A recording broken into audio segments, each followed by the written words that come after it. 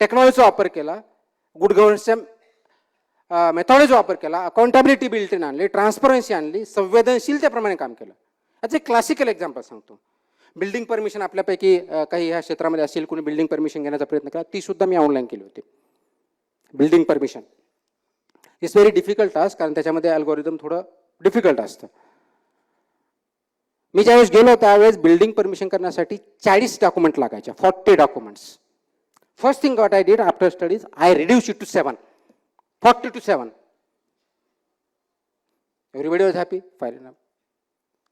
Then I made it online. Every application, to start with application online करा, बाकी document नंतर द्या. And within some time, everything has to be submitted online.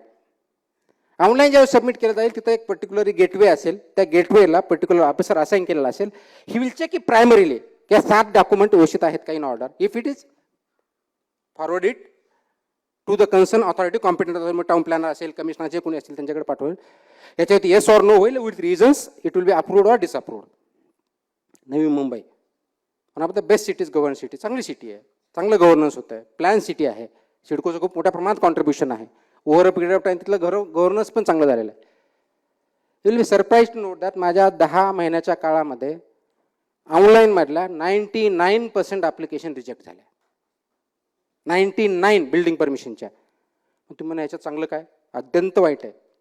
का झाल्या? 99% पैकी 80% application फक्त आणि फक्त एका कारणासाठी रिजेक्ट झाल्या, आणि ते कारण म्हणजे ओनरशिप ऑफ लँड, टायटल त्याच्यामध्ये नव्हतं, टायटल डॉक्युमेंट. का? कारण माझ्या अगोदर किंवा बेसिकली ज्यावेळेस परमिशन दिली जायची ऑफलाईन, त्यावेळेस sale deed, I repeat, sale deed, registered deed जे असतं, that was regarded and accepted as a document of ownership, which is absolutely wrong. Sale deed हे तुमचं ओनरशिपचं डॉक्युमेंट नाही, it is just registry that this property has been transferred from one person to other for certain consideration. I said no, ownership title is the must. आणि म्हणून काय होतं की बऱ्याच वेळेस अशा प्रकारचे ट्रान्सफर झाल्यामुळे एकच व्यक्ती अनेक लोकांबरोबर सेल डीड करतो. ती जमीन, एकच जमीन 10 जणांना विकली जाते, नंतर मग त्याच कंप्लेंट येतात की आम्हाला फसवलं गेलं. सिंपल ओनरशिप बघा, सिस्टममध्ये टाकून दिलं, नो डिस्क्रिशन. 99% डॉक्युमेंट किंवा ॲप्लिकेशन रिजेक्ट झाले. मग असं झाल्यामुळे आर्किटेक्ट आणि बिल्डरची माझ्याकडे हे चुकीचं आहे मग त्यांची मीटिंग बोलवली. आणि मी म्हटलं आम्हाला ऑफिसला यायला बंदी केली. म्हणजे तुम्हाला कशाला ऑफिसला यायचे सांगा. तर त्यांनी मला ऑफिशियली कंप्लेंट केली की आम्हाला ऑफिसमध्ये सांगा तुम्ही यायचं नाही. म्हटलं हो, मीच सांगितलेलं आहे तुम्ही आमच्या ऑफिसमध्ये यायचं नाही, ऑनलाईनमध्ये अप्लाय करायचं आहे, इनलाईन येण्याची गरज नाही. Why do you want to come to my office or my subordinate office for submitting an application. ते म्हणे डॉक्युमेंट द्याल, ऑनलाईन सबमिट करा. तुम्हाला ट्रेनिंगची गरज असेल तर मी ट्रेनिंग देतो, काही अडचण नाही. सिस्टम अशी होती, कारण आताही कोणाला बिल्डिंग परमिशन करायचे एक आर्किटेक्ट घेतात किंवा लिगल असिस्टंट घेतात, त्याच्याकडे XYZ डॉक्युमेंट दिले जातात. ते भरल्यानंतर त्याच्यावरती तो फॉर्म भरतो, ॲप्लिकेशन देतो, डॉक्युमेंट सबमिट करतो. 1-1.5 महिने वाट बघता, नाही आल्यानंतर तो सांगतो की साहेब तिथं होतच नाही, तिथं भेटल्याशिवाय काही होत नाही. मी या कारणामध्ये गेलो काय, तर बेसिकली 99% किंवा 80% टायटल डॉक्युमेंट नसतं, ते आपण आर्किटेक्टला कळवतो, आर्किटेक्ट ओनरला कळवत नाही. आणि तिथं सांगितलं जातं की सँक्शन होत नाही भेटल्याशिवाय. ट्रान्सपरन्सी. आता हे लक्षात ऑनलाईन सुद्धा आल्यानंतर त्यांनी जो कॉन्टॅक्ट नंबर दिला असतो, मेल असतो, आर्किटेक्टचा असतो, पण ओनरचा नसतो. म्हणून मी आय मॉडिफाईड की ज्याचं उत्तर देताना आर्किटेक्ट, लिगल आणि ओनर ह्या दोघांनाही गेलं पाहिजे. It started creating issues. हे का जात नाही, ते का आलं नाही, ते का नाही आलं. आणि ज्या योग्य होत्या विदिन 7 days पण बिल्डिंग परमिशन भेटल्या. म्हणजे आजही मला 8 दिवसापूर्वी एक व्यक्ती भेटला, एक बिल्डर. त्यांनी सांगितलं सर मी आपल्या काळात बिल्डिंग परमिशन घेतली. म्हटलं चांगली गोष्ट, काय अडचण नाही. म्हणे आम्हाला फायदा असा झाला. मला काय, माझ्याकडे कोणी जर आलं तर हे लिगल आहे का विचारलं की मी दाखवतो ही तुकाराम मुंडेची स्वाक्षरी आहे, त्याच्यामुळे हे लिगल 100% आहे, याला काही होऊ शकत नाही. That is a trust.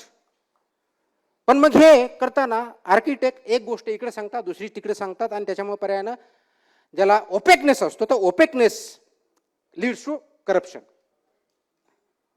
म्हणून असं जर केलं तर गुड गव्हर्नन्स येऊ शकतं.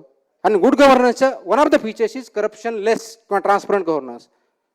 माझ्या दृष्टिकोनातून चांगलं गव्हर्नन्स एथिकल असलं पाहिजे, त्याला न्याय पाहिजे, इक्विटेबल पाहिजे, आणि ते आणणं शक्य आहे का? एक याच्या अनेक भरपूर एक्झाम्पल मी देऊ शकतो, अगदी प्रत्येक ठिकाणचे देऊ शकतो, परंतु आपल्याकडे तेवढा वेळ नाही म्हणून मी एक गोष्ट सांगतो.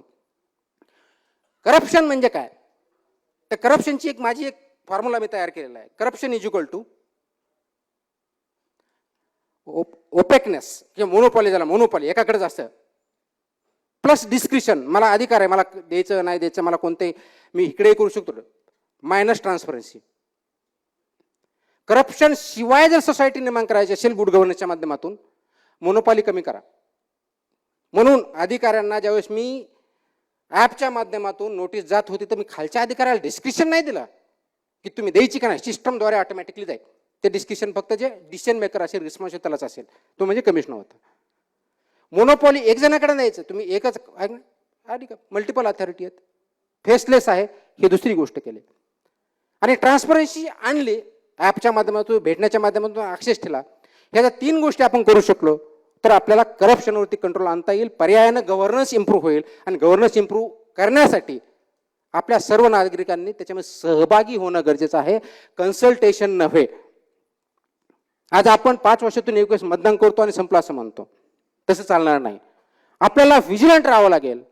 प्रत्येक ॲक्शन जी असेल, निर्णय असेल, त्याचा अभ्यास करावा लागेल, त्याचे परिणाम काय होते आणि ते शासनापर्यंत पोहोचून अयोग्य असेल तर त्यांना दाखवावं लागेल आणि मॉडिफाय करून घ्यावं लागेल. तरच त्याला आपण गुड गव्हर्नन्सकडे जाऊ शकतो असं म्हणतो.